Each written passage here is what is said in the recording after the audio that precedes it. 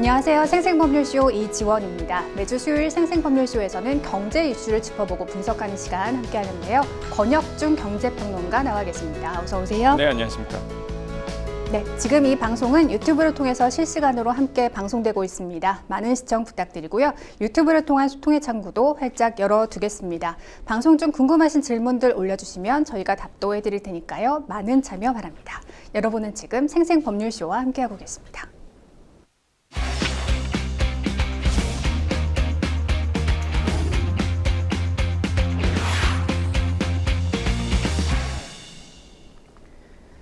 생생 코멘트 시작합니다. 요즘 가장 화제가 되고 있는 말은 무엇인지 또 그 말이 나온 배경과 의미를 짚어보는 시간인데요. 한 주간의 경제 분야를 달군 생생 코멘트 하나씩 살펴보겠습니다. 첫 번째는요. 증거인멸과 도주 우려. 보통 구속의 이유로 많이 나오는 이야기인데요. 카카오 창업자 김범수 경영쇄신위원장이 어제 구속됐습니다. SM엔터테인먼트 시세 조정 의혹을 받고 있는데요. 어떤 내용인지부터 살펴볼까요? 네, 이게 히스토리를 보려면 작년으로 좀 돌아가야 됩니다. 작년 2월에 일단 SM 경영진이 이수만 총괄 프로듀서가 이제 퇴출해라, 이제 나가라라고 하면서 SM 3.0이라는 경영 원칙을 발표합니다.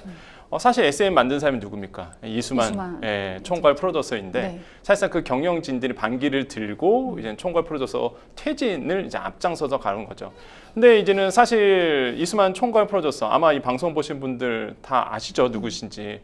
그 창업주인데 그럼 지분이 있을 거 아닙니까? 당연히. 그럼 지분 들고 있는데 안 나가겠죠. 그래서 그때부터 이제 지분 싸움에 들어가는데 이제 SM 경영진이 그 당시에 이제 신주 발행하겠다. 그래서 이제 유상증자하면서 카카오 측으로 이제는 신주 발행을 3자 유상 방식으로 주겠다라고 이제 얘기를 했거든요. 그럼 이제 3자 방식이다 보니까 사실상 카카오 쪽으로 신주 발행해서 준다 그러면 주식수가 늘어나잖아요. 그럼 이수만 총괄 프로듀서가 가지고 있는 이제는 주식에 대한 가치가 희석이 되겠죠. 그러면 이수만 회장은 불리해지는 거고요. 그 다음에 이제는 신주를 발행해서 받는 카카오 입장에서는 지분율이 더 높아지겠죠. 그러다 보니까 이제는 그때부터 이제 지분 싸움이 들어가는데 이수만 총괄 프로듀서 입장에서 불리하게 돌아가기 시작하는 겁니다. 그러다가 이제 백기사로 등장하는 게 바로 하이브였어요. 그렇죠. 하이브가 짠 하고 나타나서 방시혁 의장이 딱 나타나서 방시혁 의장이 항상 그 하이브 하면 또 모르시는 분들이 있어서 말씀드리면 방탄소년단, BTS 이렇게 생각하시면 됩니다.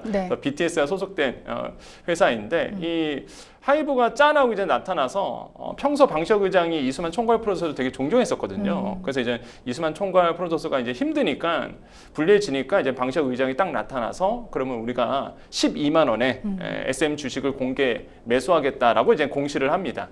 자, 그러면 이제는 주가가 그 당시에 8만 원, 9만 원 했었는데 12만 원에 공개 매수를 한다고 하니까 그럼 사람들은 이제는 사실 주주 입장에서는 그러면은 뭐 팔아도 되겠다, 넘겨도 되겠다라고 했을 거예요, 아마.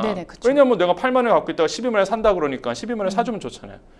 근데 갑자기 주가가 이상하게 돌아가는 거예요. 갑자기 주가가 막 뛰기 시작하는 겁니다. 공개 매수 12만 원에 하겠다고 했는데 갑자기 13만 원까지 치솟게 올라가는 거죠. 그러면 사실 내가 8만 원짜리 갖고 있고 누군가가 12만 원을 사준다고 했어요. 근데 나는 12만 원을 팔 생각이 있었는데 갑자기 그 누군가가 또 나타나서 13만 원에 이제 이상으로 산다고 얘기하면은 당장 팔 수가 없죠. 팔 사람 누가 있습니까? 그러니까 사실 하이브의 전략이 어그러지는 거죠. 그러니까 하이브가 12만 원에 살려고 했는데 사실 매도가 안 나오는 거예요. 이거 팔려는 사람이 없는 거예요. 가만히 앉아 있어도 사실상 주가가 더 오를 거라고 보고 있다 보니까. 그래서 이제는 그 당시에 저도 그랬고요. 아니야, 많은 분들이 이거 뭔가 이렇게 들어온 거 아니냐. 세력이 좀 들어와서 사실상 이제는 그 하이브의 공개 매수를 방해하는 목적이 아니겠느냐라고 그 당시에도 사실 작년 2월이었어요. 그게 3월, 2월, 3월이었는데 의심하고 있었습니다. 당연히 이제 하이브 입장에선 가만 안 있죠. 금감원 쪽으로 이거 시세 조정 의심된다. 조사 좀 해달라고 그 당시에 민원을 제기했었고 금감원이 그걸 이제 조사한 겁니다. 그래서 특별감찰청이 이제 조사를 해서 그게 이제 시세 조정이 좀 확인되니까 그걸 검찰로 넘겼어요. 그래서 검찰이 넘겨서 지금까지 온 겁니다. 그래서 검찰이 수사를 해봤더니 이거는 확실히 이제 시세 조정이 의심이 된다. 그 당시에 이제는 사실상 장 내에서 매수를 했던 게 원 아시아 파트너스라는 사모펀드가 있었거든요. 있었는데 이 사모펀드가 사실상 매집을 엄청 했었거든요. 그 당시에. 근데 이 회사가 어디냐? 카카오랑 연결된. 한마디로 검찰은 그렇게 보고 있는 거예요. 특수관계다. 사실상 한 몸이다라고 보는 거죠. 그래서 이제는 카카오가 그럼 시세 조정을 했다라고 이제는 판단한 거고 거기에 총수. 그렇기 때문에 이제는 김 의장, 뭐 위원장이 이번에 구속이 됐다 이렇게 보시면 되겠습니다. 네, 뭐 그 내부에서는 아니다라고 네. 최근까지 주장한 걸로 알려져 있는데 어쨌든 이 카카오의 총수인 김범수 경영쇄신위원장의 구속이 현실화되면서 네. 지난 10년간 가파르게 성장해온 카카오의 행보에도 제동이 걸리게 됐습니다. 카카오의 경우 최근에 쇄신 작업에 몰두하지 않았습니까? 그렇죠. 뭐 카카오 참 그 시장에 참 논란이 많이 된 그 서비스를 많이 내놨었죠. 그게 네. 대표적으로 이게 오토 서비스라고 보통 얘기를 해요. 온라인 투 오프라인 이렇게 얘기하는데, 그러니까 온라인에서 고객을 모아서 오프라인 보내는 거거든요. 뭐 대표적인 게 카카오 헤어 들어보셨나요? 뭐 카카오 헤어, 그러니까 카카오에서 먼저 예약을 하고 이제는 미용실에 가는 겁니다. 그러니까 온라인에서 모아서 오프라인을 가는데, 그러면 카카오 헤어를 가입 안 한 미용실은 사실 영업이 잘 안 되겠죠.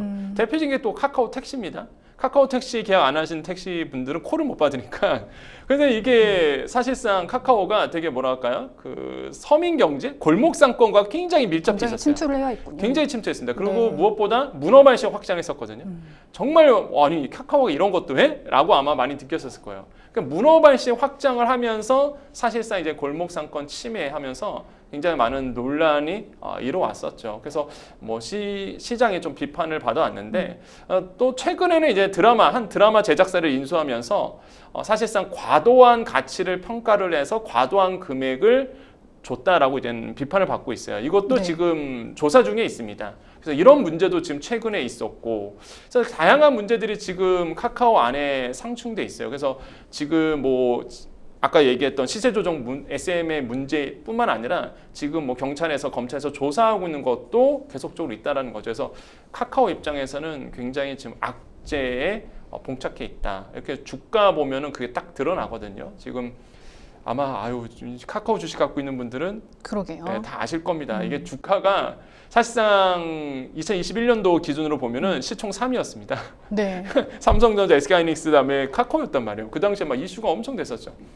근데 지금은 거의 한 18위, 19위 정도 돼요. 그러니까 엄청 주가가 내려온 상태고, 뭐 카카오 주식 주주들 입장에서, 개인 투자자 입장에서는 제일 사랑했던 거의 200만 명이 넘어갔었거든요. 그 당시에 그 카카오를 가지고 있는 사람. 지금도 아마 이 방송 보시는 분들 중에서 나 카카오 주주인데라 이런 분도 있을 겁니다. 아마 21년도부터 고점에서 갖고 있는 분들은 거의 뭐 반에 반토막이 났으니까 거의 4분의 1 정도 됐잖아요. 그래서 지금 굉장히 좀 힘든 고비를 이제 지나가고 있다고 생각해 봅니다. 네.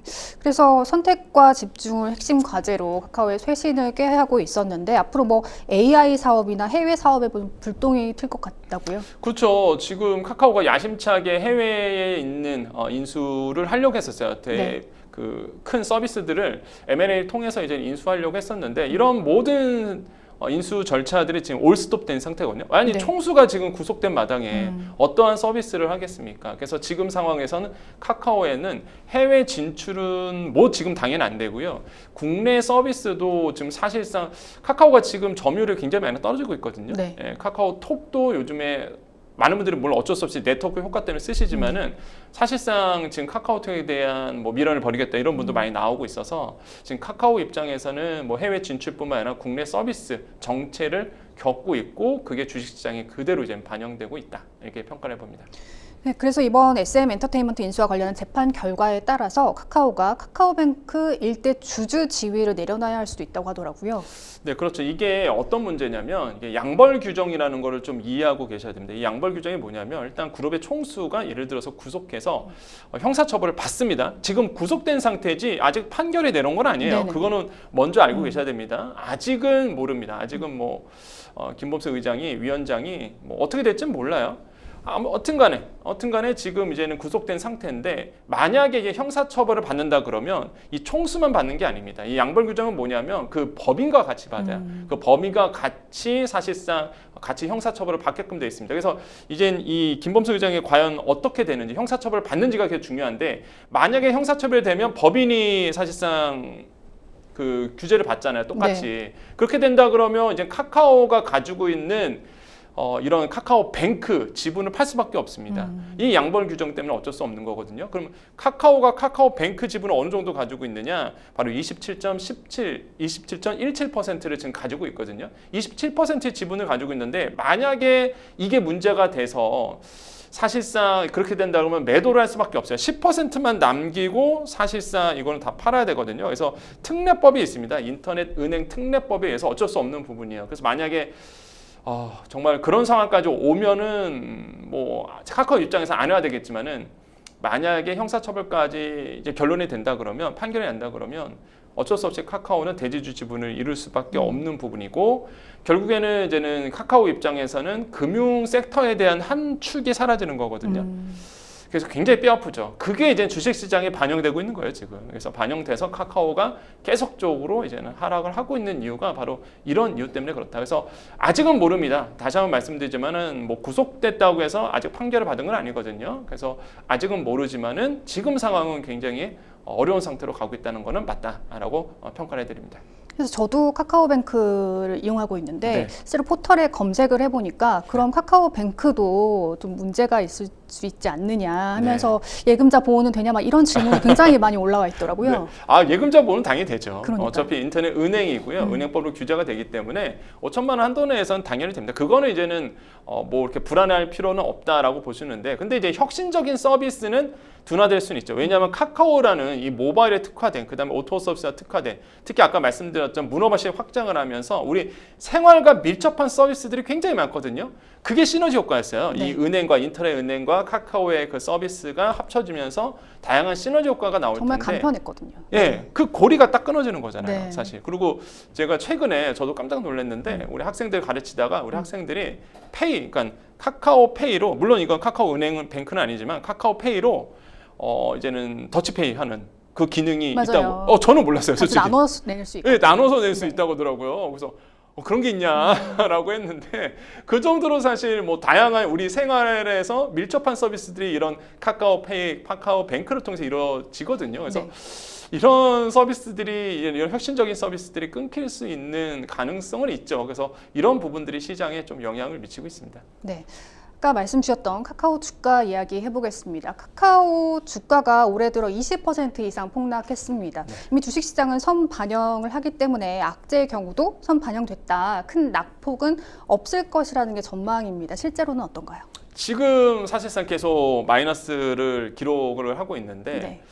실제 선반영된 건 맞습니다. 워낙 카카오에 대한 혁신적인 서비스들이 이제 둔화되고 있었고, 그다음에 무엇보다 이제는 아까 말씀드렸던 이 하이브에 대한 시세 조정, 그러니까 SM 지분에 대한 시세 조정 부분에 대해서 계속 리스크가 작용을 했었거든요.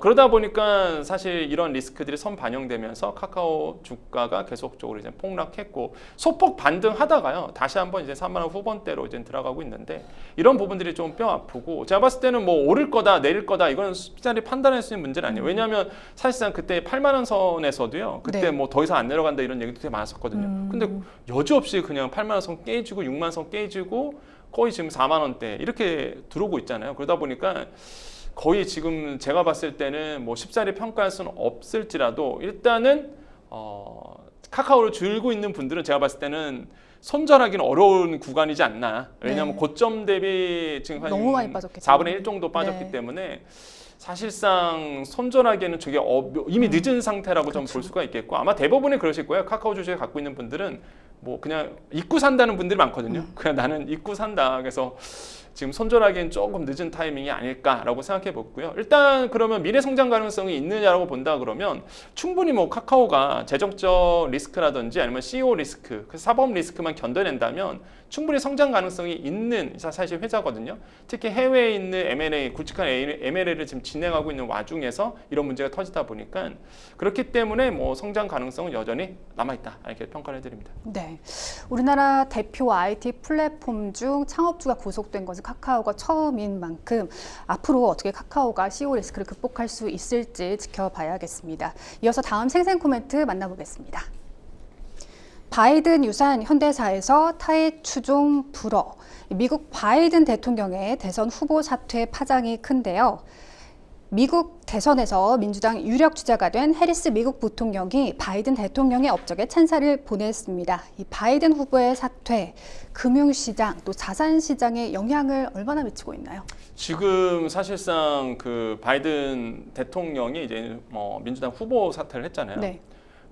이 문제가 지금 뭐 미국의 정가라든지 우리나라에 크나큰 영향을 미치고 있는데 해리스 부통령이 사실상 지금 민주당의 이제 대선 후보로 될 가능성이 지금 높죠. 굉장히 높죠. 네.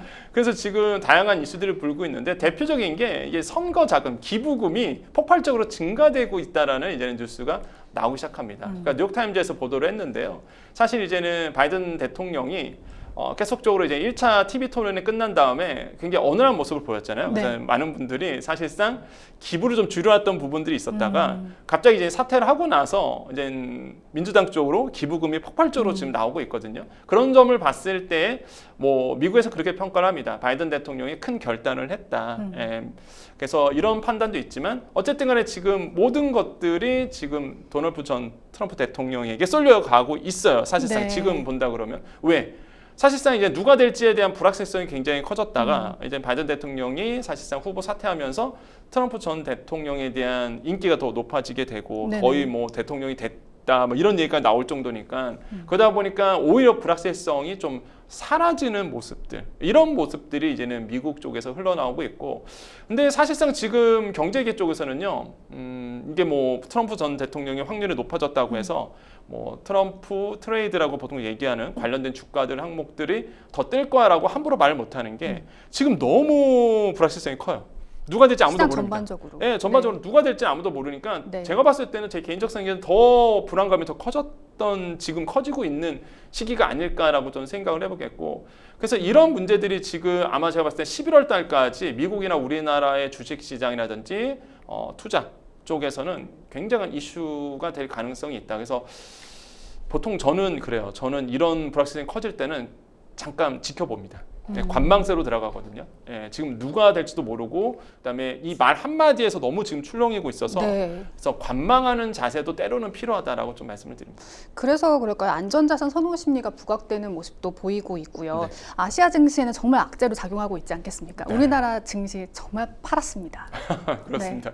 이게 불확실성이 커져서 그래요. 네. 그러니까 사실상 이제 트럼프 전 대통령이 이제는 피격이 됐었을 때 그 당시에 이제는 그때 얼마 전이었잖아요. 그때 이제는 주가가 어떻게 움직였냐면 우리나라의 이제 방산주부터 시작해서 트럼프와 관련된 트럼프 전 대통령과 관련된 주가는 다 올랐습니다. 맞습니다. 그것만 올랐어요. 그것만. 그래서 방산주라든지 아니면 전통적인 에너지주라든지 이런 것들이 이제는 크게 올랐던 부분이 있고요. 그런데 이제 그 부분이 다시 한번 또 정상으로 돌아와서 네. 이제 다시 한번 주가가 좀 흐지부지한 모습들이 이제 보여왔었죠. 그래서 사실 이렇게 말 한마디에 굉장히 흔들릴 수밖에 없는데 지금 그럼 좀 상황을 좀 짚어드릴게요. 그러면 지금 경제계는 어떻게 흘러갈 것이냐? 일단은 트럼프 트레이드를 좀 말씀드리겠습니다. 네네. 그러면 트럼프 전 대통령이 만약에 이제 대선에 더 가까워진다, 대통령이 더 가까워진다 그러면 어떤 종목들 어떻게 움직일 것인가라고 본다 그러면 이제 첫 번째로 말씀드리면 환율에 대한 문제, 이자에 대한 문제가 커질 겁니다. 왜 그러냐면 일단 그 트럼프 전 대통령이 계속 공약으로 얘기했던 것이 이제 자국 우선주의잖아요. 네. 자국 우선주의 같은 경우에는 환율에 대한 한마디로 이제 달러에 대한 문제들이 분명히 불거집니다. 당연히 지금 강달러 기조죠. 네. 네, 강달러 기조입니다. 달러 인기가 너무 많은데 그러면 이제 미국 기업 입장에서는 강달러 기조 좋지 않거든요. 약달러로 가야지만 사실상 이제는 미국 기업들이 수출도 잘 되고 미국 기업들이 더 많은 돈을 벌 수 있습니다. 그래서 트럼프 대통령이 만약에 다시 재선이 된다 그러면 본인 입으로 분명히 얘기했어요. 일단 달러 약세 기조로 이제는 흘러가겠다라고 이제는 얘기를 했습니다. 달러 약세 기조로 간다 그러면 기업 입장에서는 말 그대로 미국 기업 입장에서는 굉장히 좋은 일이라고 이제 보시면 되겠고 환율 시장이 또 크게 움직일 수밖에 없는 상황으로 이제는 갈 수밖에 없다. 이런 부분도 좀 말씀드리겠는데 근데 또 반대적인 의견도 있습니다. 네. 그러니까 제가 불확실성이 크다는 게 바로 이거예요. 왜 또 반대로 갈 수밖에 없냐 이렇게 또 의견이 나오냐면 일단 트럼프 전 대통령이 이제 공약했던 게 그거예요. 10%의 보편적 관세. 그러니까 모든 나라에 10% 관세 붙이겠다. 그러면 관세 붙인다는 얘기는 당연히 수입 물가가 높아지는 거잖아요. 미국 네. 입장에서. 그러면 물가가 높아지게 돼요. 물가가 높아진다면 인플레이션에 대한 압박이 심해집니다. 가뜩이나 지금 인플레이션 잡아가고 있는 상황에서 인플레이션 물가가 덜 잡히게 되는 효과가 있게 되고 그러면은 연준 입장에서는요. 과연 금리를 낮출 수 있을까?라는 의구점이 있는 거예요. 그러면 이제 동결로 갈 수도 있고 금리 인하 속도가 둔화될 수 있는 거죠. 그렇게 된다 그러면 오히려 달러는 또 강세로 돌아갈 수밖에 없습니다. 이런 문제도 있고요. 또 한 가지가 이제 재정 지출 늘리는 거였는데 공약에 보면은 재정 지출 늘린다 그러면 사실상 이제 국채 발행할 수밖에 없거든요. 국채 발행하면 이제 장기채 중심으로 사실상 인기가 많아질 수밖에 없어요. 그래서 이런 부분들이 봤을 때 장기채 금리가 올라가거든요. 그래서 이런 부분들을 봤을 때 지금 뭐 극과 극이에요. 뭐 네. 어떤 쪽에서는 이제는 뭐 말 그대로 인플레이션 때문에 이제 금리를 계속적으로 동결이라든지 아니면 둔화되는 속도가 줄어들 수밖에 없다라고 하는 거고, 또 트럼프가 전 대통령이 했던 정책을 본다면 또 말을 했던 거 보면은 아니야, 오히려 또 약달러가 될 수도 있어. 그러니까 이게 상충되지만은 동시에 나오다 보니까 시장에서는 굉장히 혼란스러운 거예요 지금. 그러니까 환율 시장도 갈팡을 못 잡고 주식 시장도 갈팡을 못 잡고 지금 어느 방향으로 가야 될지를 모르는 거죠. 네. 그래서 지금 다 파란불이 들어오고 있는 겁니다. 어제 이제 뉴욕 주가도 이런 모습세를 그대로 보였거든요. 3대 지수 다 내렸습니다. 물론 소폭 내렸지만은 간밤에 3대 지수 다 내렸거든요. 뉴욕 지수. 그래서 이런 부분들이 앞으로 당분간은 제가 봤을 땐 조금 루즈하게 좀 지나가지 않을까 생각하고, 대선의 영향에 따라서 뭐 아시아나 우리나라의 증시에 큰 영향을 줄 수밖에 없다라고 말씀을 드립니다. 네, 상반기 우리 주식시장을 주도했던 반도체 기업 이야기 해보겠습니다. 요즘 세계 반도체 기업의 주가가 정말 널뛰게 하지 않았습니까? 네. 트럼프 전 대통령도 그렇고 바이든 대통령도 또 사퇴 직전에 반도체 무역 장벽을 높이겠다고 발언했기 때문인데요. 이 바이든 사퇴 후 반도체 관련 주가들 어떤 흐름을 보이고 있는지 궁금합니다. 반도체 정말 좀 이렇게 제가 말씀드렸지만 한숨이 탁 나오는. 맞습니다. 예, 삼성전자 참 오를 것 같다가 사실상 뭐 다양한 이슈들로 인해서 이제 다시 한번 정체를 겪고 있고, 그래서 박스권에 계속 머물고 있는 모습들이 보여지고 있고요. 그러다 보니까 이제 HBM에 대한 수혜 부분들이 있었다가 지금 그 얘기가 쏙 사라진 상태예요. 그래서 우리나라 지금 반도체주는 일단은 뭐 미국 대선에 따라 움직일 가능성이 굉장히 크고, 무엇보다 사실 미국 입장에서 마이크론을 더더욱 힘을 실어줄 모양새거든요. 지금 상황을 본다 그러면 누가 됐든 간에 그렇게 된다 그러면 사실상 우리나라의 뭐 낸드 플래시라든지 아니면은 이제 메모리 반도체 D램을 하고 있는 삼성전자, SK 하이닉스 입장에서는 좀 악재가 될 수밖에 없는 부분이고요. 네.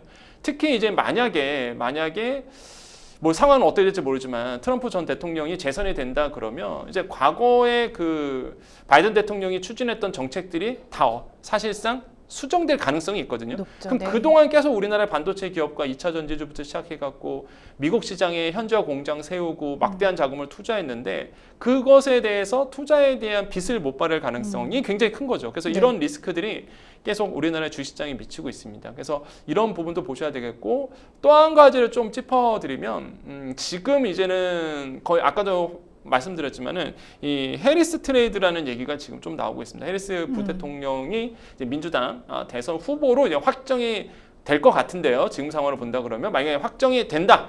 그런 다음에 이제 인기 가도를 돌린다라고 본다 그러면 지금 그래서 시장에서는 선반영되잖아요. 네. 야, 그래서 해리스 트레이드가 지금 시장에서는 관심을 갖기 시작했어요. 그러면 해리스 부대통령의 정책과 그 마인드와 뭐와 관련이 있는지를 봤더니 저는 솔직히 개인적으로는 동의하지 않습니다. 그런데 네. 어떤 걸 지금 추진하고 있냐면 대마초를 합법화를 지금 미국에서는 하고 있어요. 민주당 쪽에서는 미국의 민주당입니다. 네.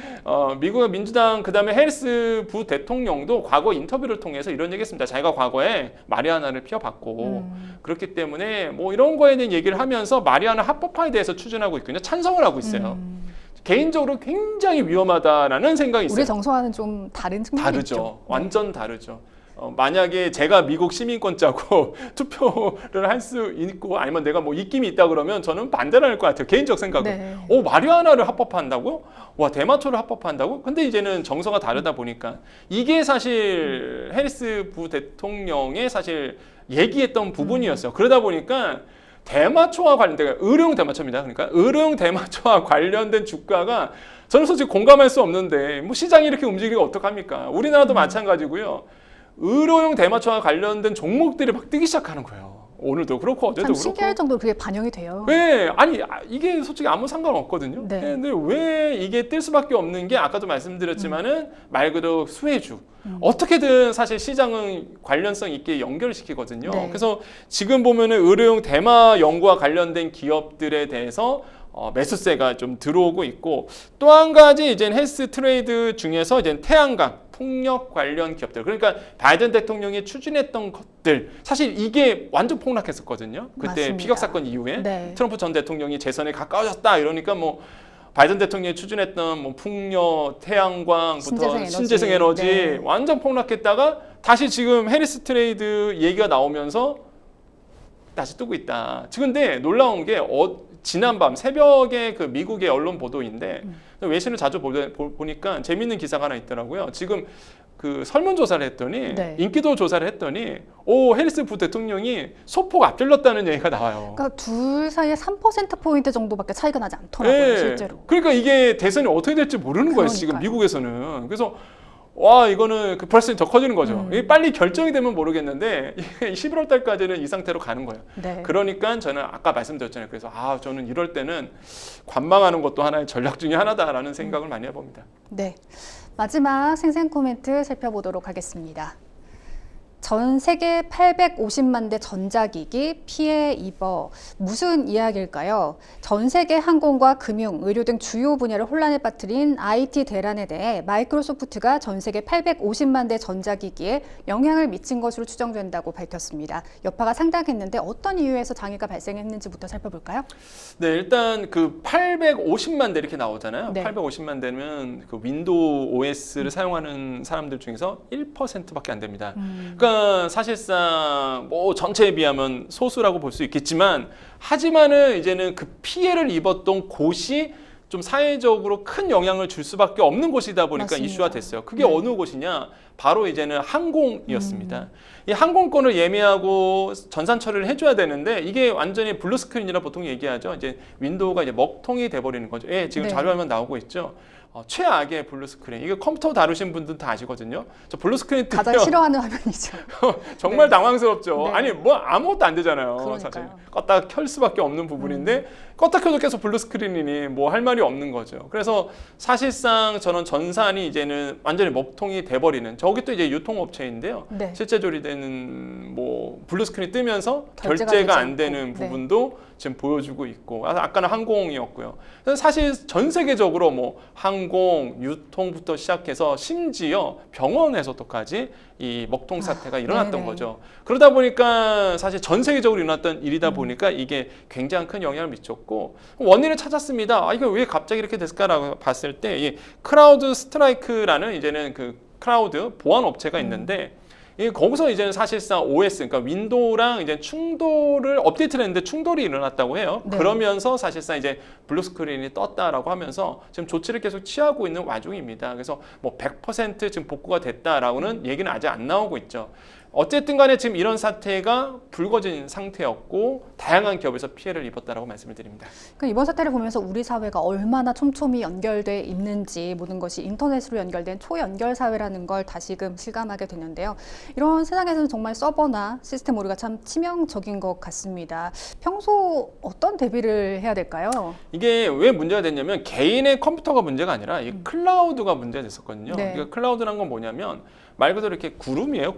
구름에서 여러분께서 이제 다양하게 쓰는 사진들부터 시작해서 뭐 여러분의 뭐 텍스트 쓰는 것부터 시작해서 다 이게 클라우드에 서버에 이제 저장이 되는데 이 클라우드 안에 있는 모든 데이터들을 사람들이 이제 쓰게 되죠. 아까 앵커님께서 말씀하신 것처럼 이게 다 클라우드 안에서 연결이 되어 있거든요. 저도 사실 뭐 MS는 아니지만 다른 기업에 이제 클라우드를 쓰고 있습니다. 근데 그게 만약에 먹통이 되면 데이터를 읽고 보낼 수가 없는 부분이 되는 거죠. 그래서 이제는 전산 오류가 이제 좀 크게 돼버렸는데 그러다 보니까 사실상 이 클라우드를 쓰지 않고 현재 서비스를 하는 게 굉장히 어렵죠. 지금 상황에서는. 맞습니다. 그러다 보니까 이제 복수의 클라우드를 써야 된다는 이런 얘기를 해요. 그러니까 백업본이죠. 백업본. 그래서 백업을 만드는데 그 백업본 자체도 같은 회사 거. 예를 들어서 지금 보면 MS에 있는 거를 쓰는 게 아니라 다른 기업에 네. 백업본을 이제 다른 클라우드로 이제 쓰는 방법들 그 정도 선에서 지금 이제는 해결책이 나오고 있는 상태입니다. 그래서 뭐 클라우드를 안 쓴다는 거는 거의 불가능해요. 저도 사실상 클라우드 안 쓰면 일이 안 되거든요. 네, 그 정도로 모든 프로그램들이 요즘에 아마 이 방송 보신 분들 중에서 옛날 컴퓨터를 쓰신 분들은 아마 공감이 안 됐을 텐데 요즘 프로그램들은 돈 주고 안 삽니다. 구독해서 써요. 맞습니다. 그러니까 월비용 내면서 네. 쓰고 있거든요. 프로그램 안 사요 요즘에. 뭐 윈도우도 안 삽니다. 뭐 깔아갖고 뭐 사갖고 컴퓨터에 셋업하고 이런 구조가 아니라 그러니까 월 비용을 내고 클라우드로 해갖고 구현이 되거든요. 모든 프로그램들 다 지금. 근데 그게 이제 만약에 먹통이 돼버리면은 사실상 문제가 커지잖아요. 네. 그래서 이제는 사실상 모든 데이터라든지 이런 것들을 복수의 클라우드를 쓰는 것이 좋다라고 얘기하는데 참 그게 힘들죠. 사실 그렇죠. 이게 뭐 쉬운 문제는 아니고 네. 그래서 이제 보안 문제가 더 크게 부각될 수밖에 없는 부분이라고 말씀을 드립니다. 마이크로소프트가 우리가 난 디바이스가 850만 대, 아까 말씀해 주신 대로 전체로 따지면 1%가 채 되지 않는다고는 하지만 피해에 따른 보상 금액은 또 상당하지 않을까 싶습니다. 줄줄이 소송을 하진 않을까요? 이게 소송의 주체가 누굴까요? 저는 그게 좀 의문이에요. 그러니까 소송을 한다 그러면 MS가 돼야 될까요? 아니면 아까 말씀드린 그 보안업체가 돼야 될까라는 되게 의구점이 전 들거든요. 네. 만약에 지금 상황으로 본다 그러면 이제 게임 업체, 대표적으로 우리나라의 게임 업체 같은 경우에는요, 뭐 지금 이제 그 게임 하다가 사실 멈췄잖아요. 그러면은 이제 게임 하시는 그 유저들에게 손해배상 하겠다라고 이제 얘기를 한 상태예요. 네. 그럼 이제는 게임 업체 입장에서는 사실 청구를 해야 되잖아요. 구상권 청구를 해야 되는데 구상권 청구의 대상이 과연 누구겠느냐는 게 저는 MS일까요? 아니면 그 보안업체일까라고 생각했을 때 애매모호할 것 같다는 생각이 들고 이런 점에서 봤을 때 그 보안업체에서 과연 보상을 해줄까라고 본다 그러면 근데 최근에 이 크라우드 스트라이크라고 말씀드렸던 이 업체가 거기 CEO가 이런 인터뷰를 했습니다. 보상해 줄게 라는 얘기를 한마디도 안 해요. 그러니까 인터뷰를 보면 어떤 얘기냐면 영향을 받을 고객, 파트너와 긴밀히 협력하겠다. 요 정도 선에서 의사 표현을 밝히거든요. 당연히 내가 만약에 보상해 줄게라고 그러면 사실상 이제 법률적 지위를 져야 되기 때문에 책임을 져야 되다 보니까 굉장히 조심스럽겠죠. 그래서 지금 상황으로는 보상을 해줄게. 우리가 이 피해 보상에 대해서 집계하고 있어. 이런 얘기를 한마디도 안 하고 일단 긴밀하게 협력해서 복구하는 데 최선을 다하겠다. 요 정도 선에서 지금 나오고 있는 거죠. 제가 봤을 때는 아마 소송전 일어날 가능성이 크고요.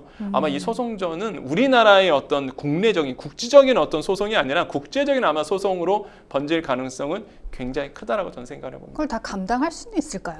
그렇죠. 근데 과연 피해 금액도 집계하는데도 굉장히 어려울 것 같아요. 제가 봤을 때는 과연 어떻게 그 피해 금액을 산술적으로 그다음에 이제 정량적으로 분석을 해서 실질적인 보상이 가능할지도 청구하느냐라는 점에서 봤을 때는 굉장히 꽤 오랜 시간이 걸리지 않을까라고 생각을 해보겠습니다. 네. 지금까지 생생 코멘트 만나봤고요. 저희는 뉴스픽스로 다시 돌아오겠습니다. 여러분은 지금 생생 법률쇼와 함께하고 계십니다.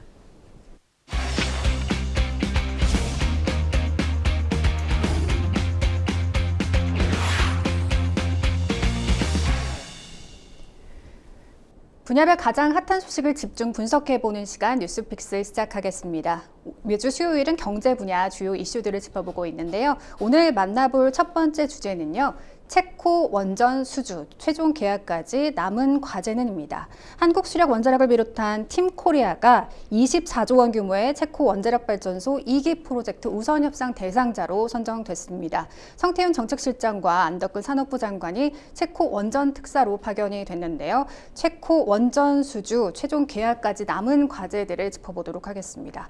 이처럼 반가운 소식이었습니다. 원전 4기 중에 2기 우선 협상권을 따냈는데요. 어떤 의미인지 짚어주시죠. 일단 의미는 굉장히 큽니다. 저는 뭐 이거는 잘한 건 잘했다라고 이제 평가를 해줘야 돼요, 당연히. 네. 그래서 사실상 우리나라의 원전 끊어져 가고 있는 원전 산업에 대한 사실상 다시 한번 씨앗을 심어줬다 이렇게 평가를 해보겠고, 그래서 원전에 대해서 우리의 수출길이 열렸다라고 평가를 해봅니다. 그래서 의미를 따진다 그러면 첫 번째로 본다 그러면 과거 2009년도에 우리가 원전 한국형 원전을 수출한 적이 있었습니다. 바로 이 아랍에미레이트였죠. 이 바라카 원전이 있는데 그때 이후에 15년 만에 역대 두 번째로 한국형 원전을 수출했다는 거죠. 그래서 이런 게 의미 첫 번째로 보시면 되겠고, 두 번째로는요. 여기가 사실 보면 체코잖아요. 네. 그럼 역사적으로 굉장히 깊은 건 아닙니까? 그리고 네. 유럽의 관문도잖아요. 관문이잖아요. 체코에 우리나라의 한국형 원전이 수출이 됐다. 유럽에 수출이 됐다는 거 아닙니까? 사실상 그렇게 되면 의미가 굉장히 남다르죠. 네. 원전 기술이 사실상 꼽혔던 나라들이 다 유럽이었어요. 그게 이제 미국으로 넘어온 건데, 그런 나라에, 그런 유럽 시장에 우리가 진출할 수 있는 교두보를 마련했다는 거는 굉장히 의미가 남다르죠. 네. 그래서 이런 점에서 저는 이번 우선 협상 대상자 선정이 됐던 거에 대해서는 굉장히 환영할 만하고요. 과연 이제는 본계약까지 무리 없이 잘 진행되기를 좀 희망을 해보겠습니다. 그럼 이 우선 협상 대상자로 선정이 됐다면 사실상 수주했다고 봐도 되는 건가요? 그러니까 시장에서는 그렇게 얘기해요. 사실상 수주된 거 아니냐라고 이제 평가를 하는데 물론 본계약은 가봐야 합니다. 네. 본계약 가봐야 알지만 그래도 현재까지로 본다 그러면 큰 무리가 있는 한, 뭐 예를 들어서 계약에 위반 사항이 있다든지, 아니면 뭐 금액이 잘못 책정돼 있다든지, 아니면은 뭐 체코에서 뭐 내부적인 지정학적 리스크로 인해서 24조 원이라는 돈을 마련하지 못한다든지 그런 정말로 이제 변수가 있지 않는 한 제가 봤을 때는 우선 협상자가 됐기 때문에 본계약까지 잘 이루어질 거라고 보고 있고 시장에서도 동일하게 평가를 하고 있습니다.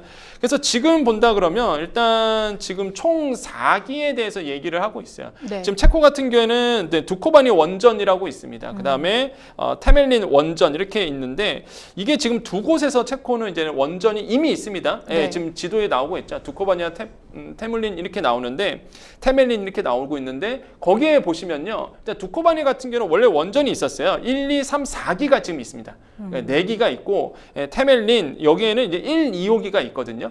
근데 여기에서 이제는 테멜린 쪽에서는 이제 3, 4, 5기.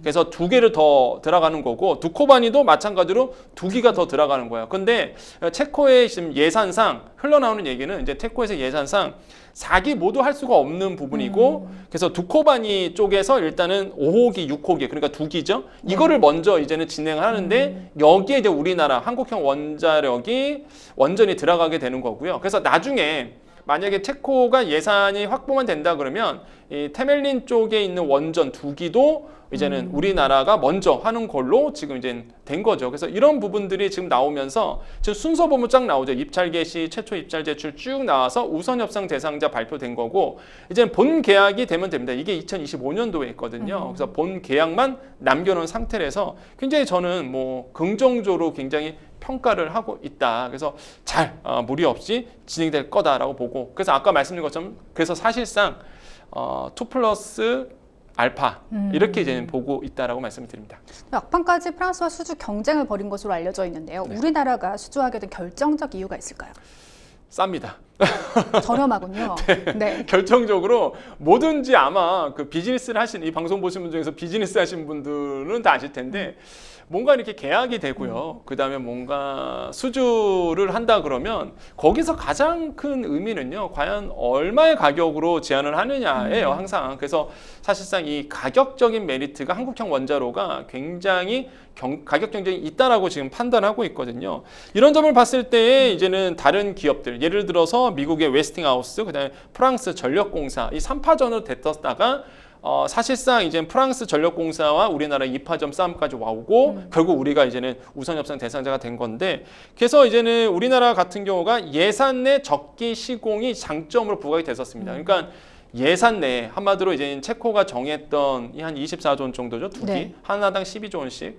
그러면 24조 원 내에 적기 시공. 그러니까 스케줄에 맞춰서 시공하는 기술력 이런 것까지 다 따져봤을 때 우리나라가 이제 선정이 됐다고 보시면 되겠고 가격 경쟁력, 공기 준수, 그다음에 기술력, 인허가성, 그다음에 안보성, 수용성 이런 다방면에서 우수점을 우리가 받았다. 그래서 우선 협상으로 된다라고 말씀드리겠고요. 그리고 원전을 바라보실 때에 좀 우리가 좀 말씀을 드리자면 원전을 수출하는 나라가 딱 5나라입니다. 그러니까 뭐 뻔히 아시겠지만 미국 있고요. 네. 그다음에 지금 우리가 싸웠던 프랑스 있고요. 그다음 우리나라 들어가 있고요. 그다음에 이제는 뭐 러시아와 중국 이렇게 5나라거든요. 근데 아시겠지만 서방 나라에서 원전을 이제 만든다고 했을 때 중국과 러시아 같은 경우에는 이제 보안상 문제 때문에 2년간의 뭐 갈등도 있고 네. 보안상 문제 때문에 사실상 배제시켜요. 그럼 결국에는 어느 나라에든지 미국과 프랑스와 우리나라 싸움입니다. 네. 여기서 계속 이제 싸움이 일어날 수밖에 없고 경쟁이 일어날 수밖에 없는데 이번에 우리가 이제 수주를 했다는 게 굉장히 큰 의미가 있는 거죠. 그래서 이런 점들은 굉장히 의미가 있다. 그래서 결국에는 가격 경쟁력에서 우리가 좀 앞서지 않았을까라고 생각해 봅니다. 프랑스 전력공사 EDF는 체코 정부가 요구하는 공사 기간, 특히 원가를 맞추지 못한 것으로 알려졌는데 아까 말씀 주셨지만 그럼 그렇다면 우리나라는 가격이 너무 저렴한 거 아니냐 네. 이런 의심의 눈초리도 좀 있거든요. 그러니까 저는 그걸 좀 말씀드리고 싶어요. 그러니까 이번에 이제는 사실 사업권을 따내기 위해서 과도하게 금액을 낮췄을까 많은 분들이 그렇게 의심하시거든요. 네. 그런데 자료를 하나 좀 말씀드리겠습니다. 21년도에 나왔던 세계 원자력 협회에서 사실상 이게 각국의 원전 건설 단가를 이제 조사를 해봤거든요. 한국이 킬로와트당 3,500 71달러 이렇게 나왔습니다. 그 다음에 또 본다 그러면 프랑스 같은 경우는 이거 킬로와트 시당입니다. 킬로와트당 7,931달러고요. 미국은 5,833달러입니다. 그러면 사실상 프랑스의 절반 이하고요.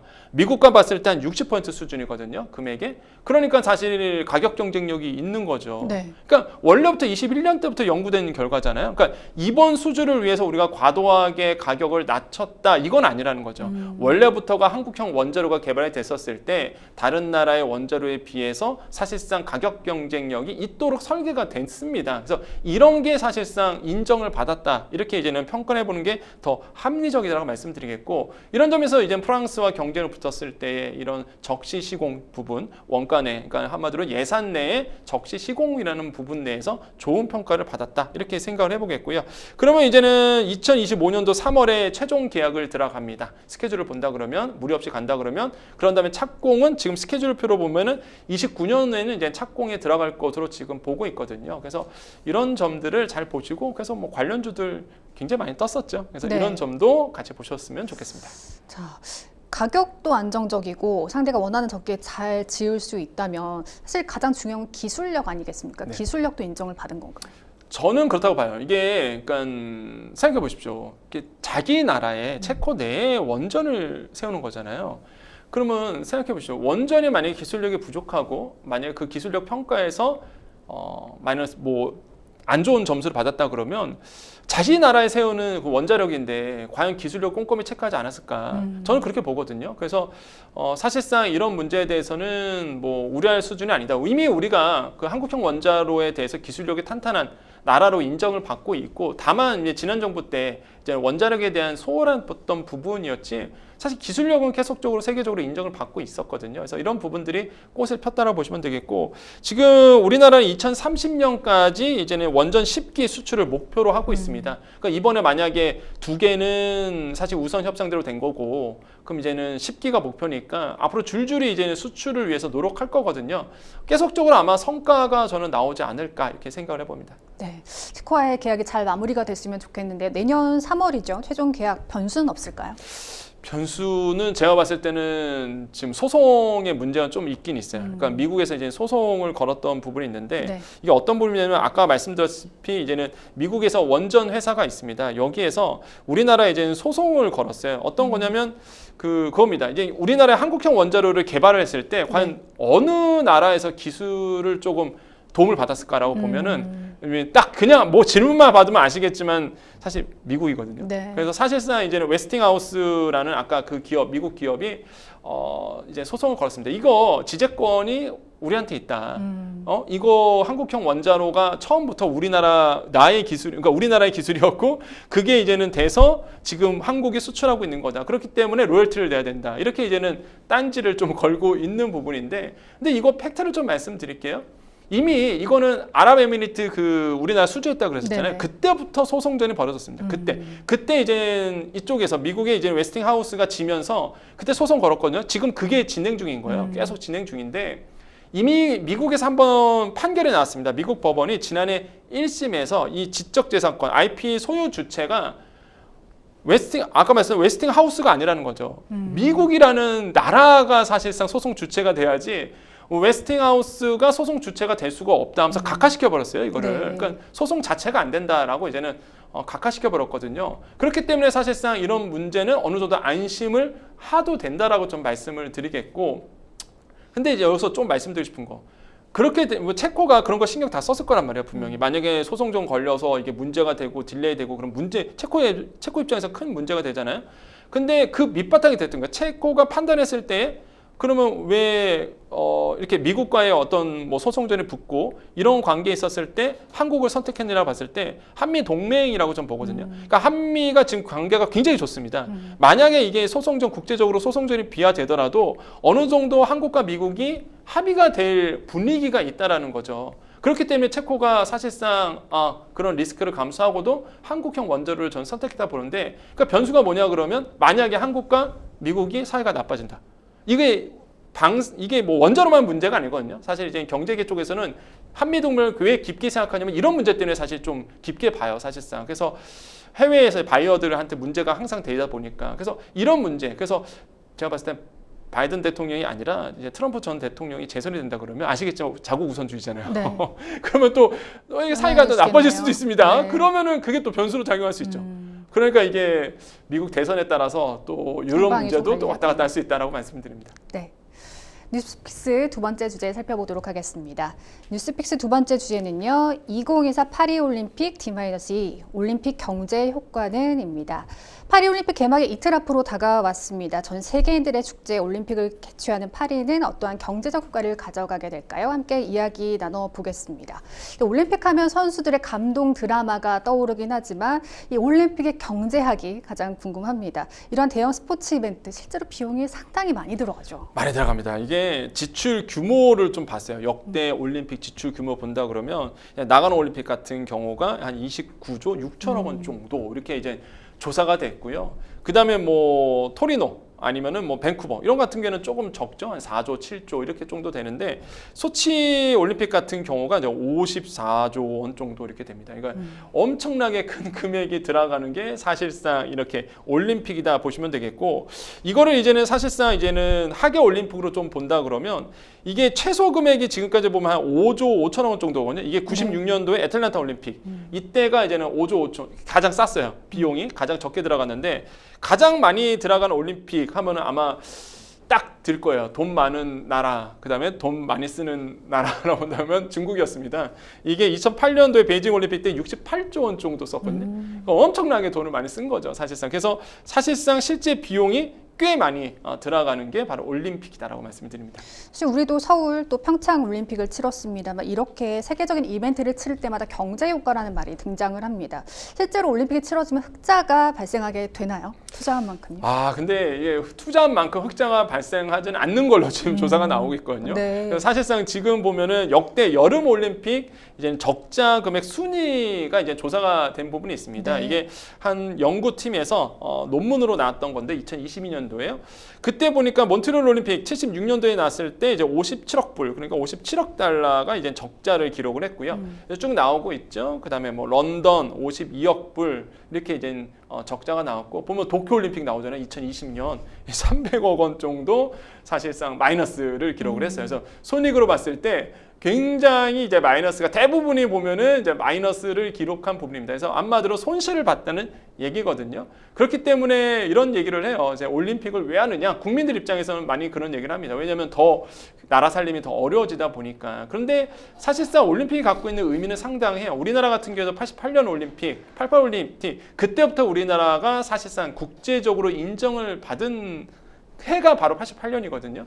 그때부터 우리나라의 위상이 바뀌었죠. 그렇기 때문에 꼭 경제적 효과를 봤을 때 이런 유형적인 부분도 있지만은 무형의 가치도 분명히 존재한다는 거 말씀드립니다. 이번에 개최되는 파리올림픽에 9조 원의 예산이 소요되는 것으로 알려졌습니다. 올림픽 개최 효과를 단순히 경제성으로만 평가할 수는 없지만 일단은 이번 파리올림픽 개최 비용이 적다는 사실이 인상적인데요. 좀 경제적으로도 좀 우수한 선례를 남겼으면 좋겠습니다. 서울시도 2036년 하계올림픽 개최를 노리고 있다는데요. 예산이 괜찮을까요? 저는 좀 노렸으면 좋겠어요, 사실.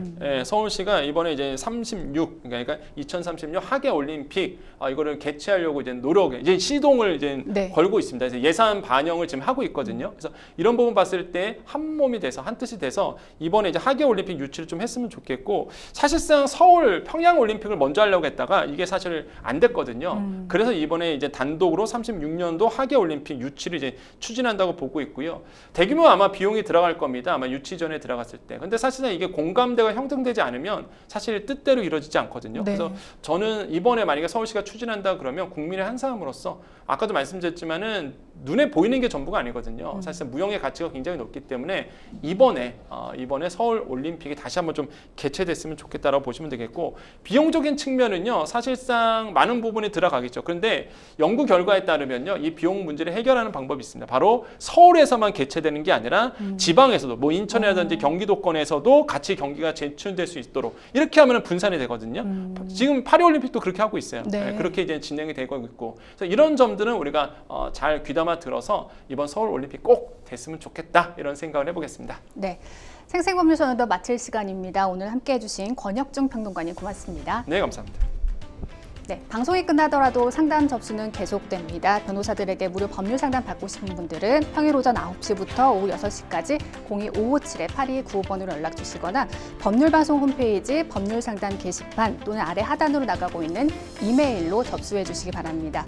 생생법률쇼 오늘 준비한 내용은 여기까지입니다. 시청해 주신 여러분 고맙습니다.